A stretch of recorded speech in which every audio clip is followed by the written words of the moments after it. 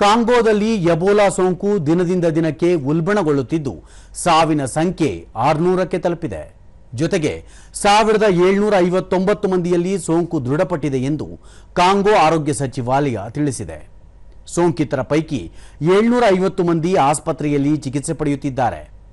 ಆಸ್ಪತ್ರೆಯ ಶೇಕಡಾ 94ರಷ್ಟು ಹಾಸಿಗೆಗಳಲ್ಲಿ ಎಬೋಲಾ ಸೋಂಕಿತರೇ ತುಂಬಿದ್ದಾರೆ.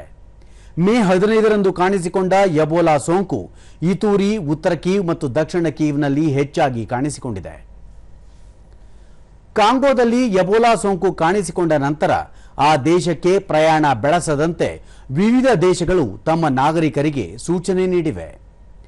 ಎಬೋಲಾ ಸೋಂಕು ಪ್ರಾಣಿಗಳಿಂದ ಮನುಷ್ಯರಿಗೆ ಬರುವ ರೋಗವಾಗಿದ್ದು, ಅದರಲ್ಲೂ ಬಾವಲಿಯಿಂದ ಈ ಸೋಂಕು ನೇರವಾಗಿ ಹರಡಲಿದೆ.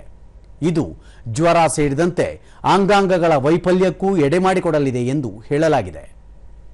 ಈ ನಡುವೆ ಎಬೋಲಾ ಸೋಂಕು ಕಾಣಿಸಿಕೊಂಡ ಹಿನ್ನೆಲೆಯಲ್ಲಿ ವಿಶ್ವ ಆರೋಗ್ಯ ಸಂಸ್ಥೆ ಅಂತಾರಾಷ್ಟ್ರೀಯ ಸಾರ್ವಜನಿಕ ಆರೋಗ್ಯ ತುರ್ತು ಪರಿಸ್ಥಿತಿ ಘೋಷಿಸಿದೆ.